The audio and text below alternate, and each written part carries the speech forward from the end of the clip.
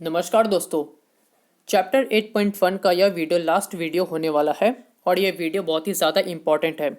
तो चलिए वीडियो को शुरू करते हैं। ग्रुप वन के एलिमेंट्स को हम लोग क्षारीय धातु कहते हैं। ग्रुप वन के एलिमेंट्स की संयोजकता एक होती है। कहने का मतलब है ग्रुप वन के एलिमेंट्स के लास्ट ऑर्बिट में एक इलेक्ट्रॉन होता है। ग्रुप टू के एलिमेंट्स को हम लोग क्षारीय पार्थिव धातु कहते हैं। ग्रुप 17 के एलिमेंट्स को हम लोग हैलोजेंस कहते हैं। ग्रुप 17 के जो एलिमेंट्स हैं ये क्षारीय धातु लिथियम सोडियम पोटेशियम से क्रिया करके लवण बनाते हैं, जैसे lithium fluoride, sodium chloride, potassium iodide इत्यादि उत्पन्न करते हैं, इसलिए इन्हें हम लोग हैलोजेंस कहते हैं। और ग्रुप 17 का जो एक एलिमेंट है एस्टेटिन, ये एक रेडियो एक्टिव एलिमेंट है। ये इंपॉर्टेंट पॉइंट है कि ग्रुप 17 का कौन सा एलिमेंट रेडियो एक्टिव है, तो आंसर होगा एस्टेटिन। और ग्रुप 17 के बाद ग्रुप 18 जिसे हम लोग निष्क्रिय गैस कहते हैं, इनकी संयोजकता 0 होती है, यानी कि ये किसी भी दूसरे परमाणु से रिएक्शन नहीं करते हैं। इनके आउटर मोस्ट ऑर्बिट में इलेक्ट्रॉन पूरी तरह से कंप्लीटली फिल्ड रहते हैं, जिनके कारण ये ना ही किसी को इलेक्ट्रॉन देते हैं ना ही किसी से इलेक्ट्रॉन लेते हैं। ग्रुप 3 से लेकर 12 की जो एलिमेंट्स है इन्हें हम लोग संक्रमण तत्व या ट्रांजिशनल एलिमेंट्स कहते हैं। आयरन, कोबाल्ट और निकेल इन्हें चुंबकीय तत्व कहते हैं। इन तत्व के बाहर के दो कक्ष अपूर्ण भरे होते हैं। हाइड्रोजन एक ऐसा एलिमेंट है जिसका प्रॉपर्टी ग्रुप 1 और ग्रुप 17 से मैच करता है, इसीलिए हाइड्रोजन का पोजीशन पर अब भी कंट्रोवर्सी होता है। हाइड्रोजन को ग्रुप 1 में रखने का कारण है कि हाइड्रोजन के बाहरी कक्ष में इलेक्ट्रॉन की संख्या 1 होती है और ग्रुप 1 का जो एलिमेंट्स हैं उनके भी बाहरी कक्ष में इलेक्ट्रॉन की संख्या 1 ही होती है। और यह क्षारीय धातुओं की तरह स्थायी ऑक्साइड, स्टेबल ऑक्साइड बनाता है। हाइड्रोजन क्षारीय धातुओं की तरह एक संयोजक है। वर्ग 17 में ग्रुप 17 में हाइड्रोजन का रखने का कारण है कि हाइड्रोजन हैलोजन की तरह डायटोमिक है, जैसे H2Cl2F2। यह हैलोजन की तरह एक अधातु तथा विद्युत का कुचालक है और यह हैलोजन की तरह धातुओं से क्रिया करके उनके हाइड्राइड बनाता है। ये लाइन लिखने के बाद आप लोग एग्जाम्पल में ये लिख सकते हैं कि यहाँ पर हाइड्रोजन क्षारीय धातुओं से रिएक्ट करके उनके हाइड्राइड बनाता है। इसके बाद सत्यम आवर्त में यूरेनियम के बाद आने वाले 18 तत्वों को हम लोग ट्रांस यूरेनिक एलिमेंट्स कहते हैं। ये तत्व प्रकृति में नहीं पाए जाते तथा इनका उत्पादन मुख्यतः नाभिकीय रिएक्टर में किया जाता है, अतः इन्हें कृत्रिम तत्व आर्टिफिशियल एलिमेंट्स कहते हैं।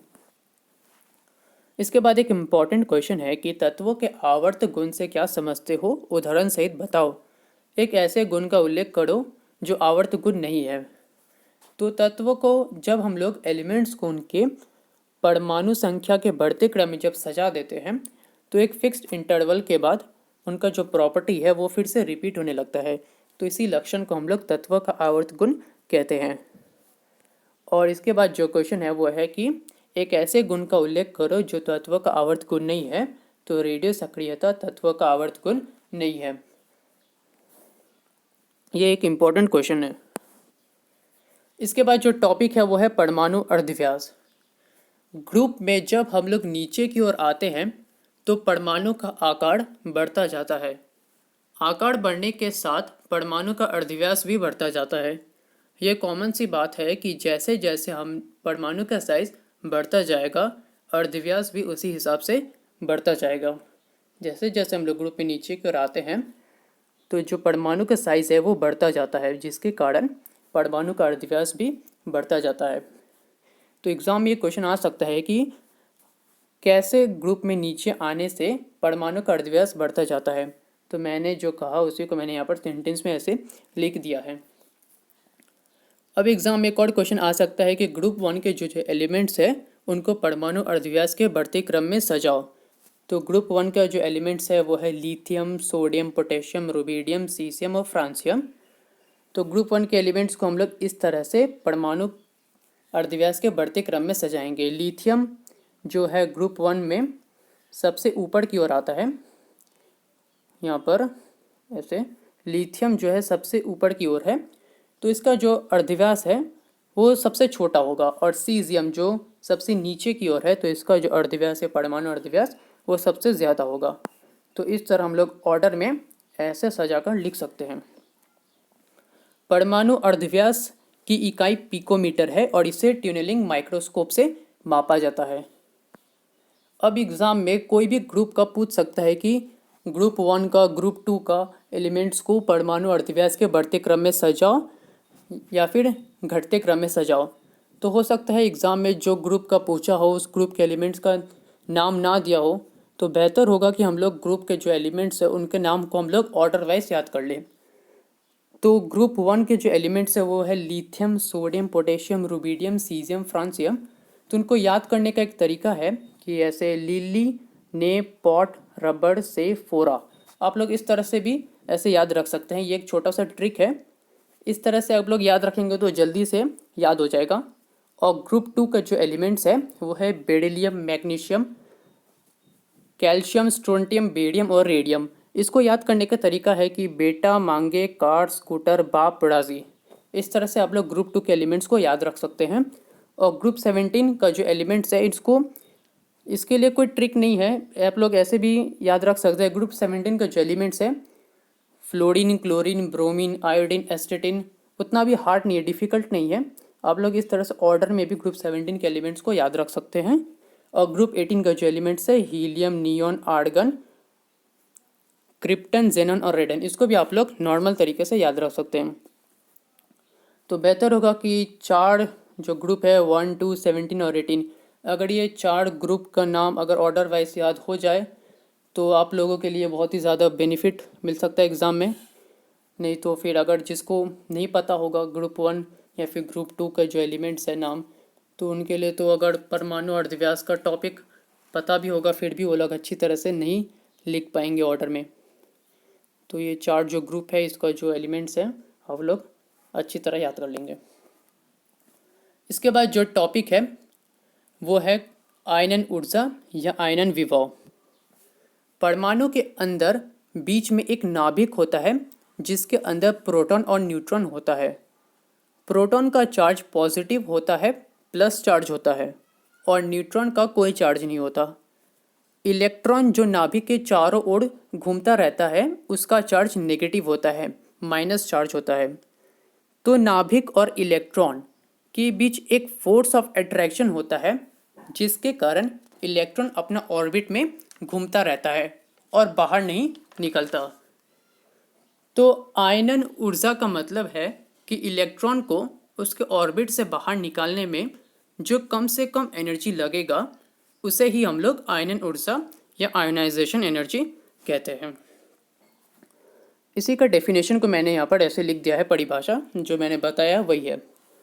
अब आवर्त सारणी में, पीरियोडिक टेबल में, जब हम बाएं से दाएं की ओर जाते हैं तो आयनन ऊर्जा बढ़ने लगती है, क्योंकि बाएं से दाएं जाने पर परमाणु का साइज छोटा होते जाता है, तो नाभिक और इलेक्ट्रॉन के बीच का जो दूरी है वो कम हो जाता है और उन दोनों के बीच का फोर्स ऑफ अट्रैक्शन, आकर्षण बल, बढ़ जाता है।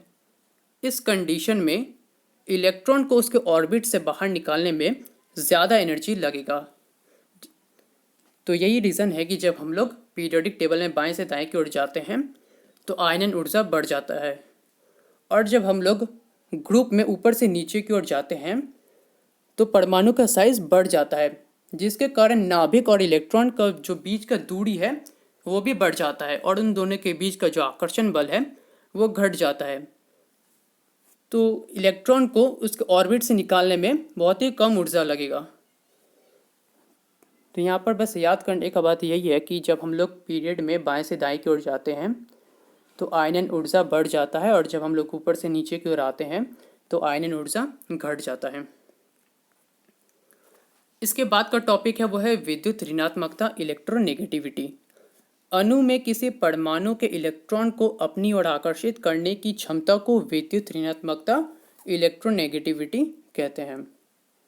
विद्युत ऋणात्मकता का मान परमाणु आकार एवं नाभिक के आवेश पर निर्भर करता है। जो इलेक्ट्रोनेगेटिविटी है वो परमाणु के साइज पर और जो न्यूक्लियस है नाभिक है उसके चार्ज पर डिपेंड करता है। किसी वर्ग में परमाणु संख्या बढ़ने के साथ साथ तत्व की विद्युत ऋणात्मकता नियमित रूप से घटती जाती है, क्योंकि परमाणु का आकार बढ़ता जाता है, जिसके कारण बाहरी कोश में स्थित इलेक्ट्रॉन दूर में रहता है तथा कम आकर्षण बल का अनुभव करता है। ग्रुप में जब हम लोग नीचे की ओर आते हैं तो परमाणु का जो साइज है वो बढ़ जाता है, तो इलेक्ट्रॉन का जो उसके नाभिक से दूरी भी बढ़ जाता है और इलेक्ट्रॉन को हम लोग आसानी से अणु उसको अट्रैक्ट कर लेगा, अपनी तरफ आकर्षित कर लेगा, उसके इलेक्ट्रॉन को बाहर निकालने में कम ऊर्जा लगेगी। और जैसे जैसे हम लोग आवर्त में आगे की ओर बढ़ते हैं इलेक्ट्रोपॉजिटिव एलिमेंट से इलेक्ट्रोनेगेटिव एलिमेंट की ओर, पीरियोडिक टेबल में जो बाएं साइड के एलिमेंट्स हैं उन्हें हम लोग इलेक्ट्रोपॉजिटिव एलिमेंट कहते हैं और दाएं साइड के एलिमेंट्स को हम लोग इलेक्ट्रोनेगेटिव एलिमेंट्स कहते हैं। तो बाएं से दाएं जाने पर जो इलेक्ट्रॉन का जो परमाणु का जो साइज़ है वो छोटा होते जाता है, जिसके कारण नाभिक और उसके इलेक्ट्रॉन के बीच की दूरी भी कम हो जाती है। तो इलेक्ट्रॉन को तो अणु को उसके परमाणु से जो इलेक्ट्रॉन निकालने में ज़्यादा एनर्जी लगेगा, जिसके कारण विद्युत ऋणात्मकता आवर्त में बढ़ने से बढ़ जाती है। और एक इम्पॉर्टेंट क्वेश्चन है कि फ्लोरीन की विद्युत ऋणात्मकता सबसे ज़्यादा होती है। इसके बाद टॉपिक है अकारक और ऑक्सीकारक गुण। अकारक गुण कहने का मतलब है कि जिन तत्वों में इलेक्ट्रॉन का त्याग कर अष्टक ऑक्टेट पूर्ण करने की प्रवृत्ति होती है उन्हें अकारक अभिकारक रिड्यूसिंग एजेंट कहते हैं। इस प्रक्रिया में ये परमाणु धनायन कैटायन बन जाते हैं। कहने का मतलब है कि जो भी एलिमेंट्स है वो जो भी परमाणु है वो चाहते हैं कि अपना ऑक्टेट फिल करना चाहते हैं। कहने का मतलब है कि वो स्टेबल होना चाहते हैं।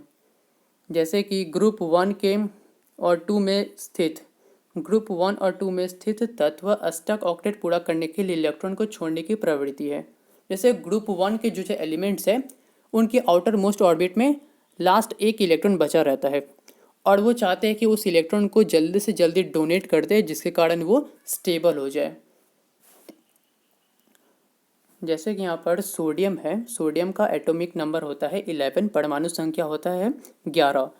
तो उसके पहले कक्ष में 2 इलेक्ट्रॉन होगा और उसके बाद के कक्ष में 8 इलेक्ट्रॉन होगा, तो टोटल 10 इलेक्ट्रॉन हो चुका है और बचा है 1 इलेक्ट्रॉन, तो लास्ट ऑर्बिट में उसका 1 इलेक्ट्रॉन रहता है। अब सोडियम क्या चाहता है कि वो जल्दी से जल्दी इस लास्ट वाले इलेक्ट्रॉन को डोनेट कर दे किसी को, तो वो पूरी तरह से स्टेबल हो जाएगा, कम्प्लीटली स्टेबल हो जाएगा। तो ये सोडियम क्या करता है कि किसी को ये एलिमेंट को, ये जो इलेक्ट्रॉन है इसको डोनेट कर देता है, तो उसके कारण सोडियम पर एक प्लस चार्ज आ जाता है। यहाँ पर जो लाइन में लिखा गया है कि इस प्रक्रिया में ये परमाणु धनायन कैटायन बन जाते हैं। यहाँ पर जो सोडियम प्लस है इसे हम लोग कैटायन कहते हैं। जब किसी एलिमेंट के ऊपर परमाणु के ऊपर प्लस चार्ज आ जाता है तो उसे हम लोग कैटायन कहते हैं। ग्रुप 1 के और ग्रुप 2 के जो एलिमेंट्स है वो क्या करते हैं कि अपने जो लास्ट ऑर्बिट है उसमें जो इलेक्ट्रॉन है उसको क्या करते हैं, डोनेट करते हैं और वो स्टेबल हो जाते हैं। उसी तरह ऑक्सीकारक गुण, जिन तत्वों में इलेक्ट्रॉन को ग्रहण करके अष्टक ऑक्टेट पूर्ण करने की प्रवृत्ति होती है उन्हें ऑक्सीकारक अभिकारक ऑक्सीडाइजिंग एजेंट कहते हैं। इस प्रक्रिया में यह परमाणु रिनाइन बनते हैं। जैसे ग्रुप 15 से 17 के जो एलिमेंट्स हैं वो अपना अष्टक पूरा करने के लिए क्या करते हैं कि जो किसी से इलेक्ट्रॉन को ले लेते हैं। जैसे कि ये ग्रुप 17 का एक एलिमेंट है फ्लोरीन, इसका एटॉमिक नंबर है 9, तो उसके फर्स्ट ऑर्बिट में 2 इलेक्ट्रॉन होगा और उसके बाद के ऑर्बिट में 7 इलेक्ट्रॉन होगा। अब लास्ट के ऑर्बिट को 7 इलेक्ट्रॉन है, यानी कि ये पूरी तरह से फील्ड नहीं है। तो अगर फ्लोरीन को एक और इलेक्ट्रॉन मिल जाए तो ये फ्लोरीन पूरी तरह से स्टेबल हो जाएगा। तो फ्लोरीन क्या चाहेगा कि कोई इसे एक इलेक्ट्रॉन डोनेट कर दे, तो फ्लोरीन के ऊपर एक माइनस चार्ज आ जाएगा। तो यही यहाँ पर लिखा गया है कि रिनाइन, इस प्रक्रिया में यह परमाणु रिनाइन एनाइन बन जाते हैं। जब किसी एलिमेंट के ऊपर परमाणु के ऊपर नेगेटिव चार्ज आ जाता है तो उसे हम लोग रिनाइन या एनाइन कहते हैं। और ग्रुप 15 से 17 के जो एलिमेंट्स हैं वो चाहते हैं, वो इसी तरह अपना अष्टक पूरा करते हैं कि किसी से वो इलेक्ट्रॉन को ले लेते हैं। तो इसी के साथ चैप्टर 8.1 ख़त्म होता है। अब हम लोग मिलेंगे चैप्टर 8.2 में। तब तक के लिए जय हिंद, जय भारत।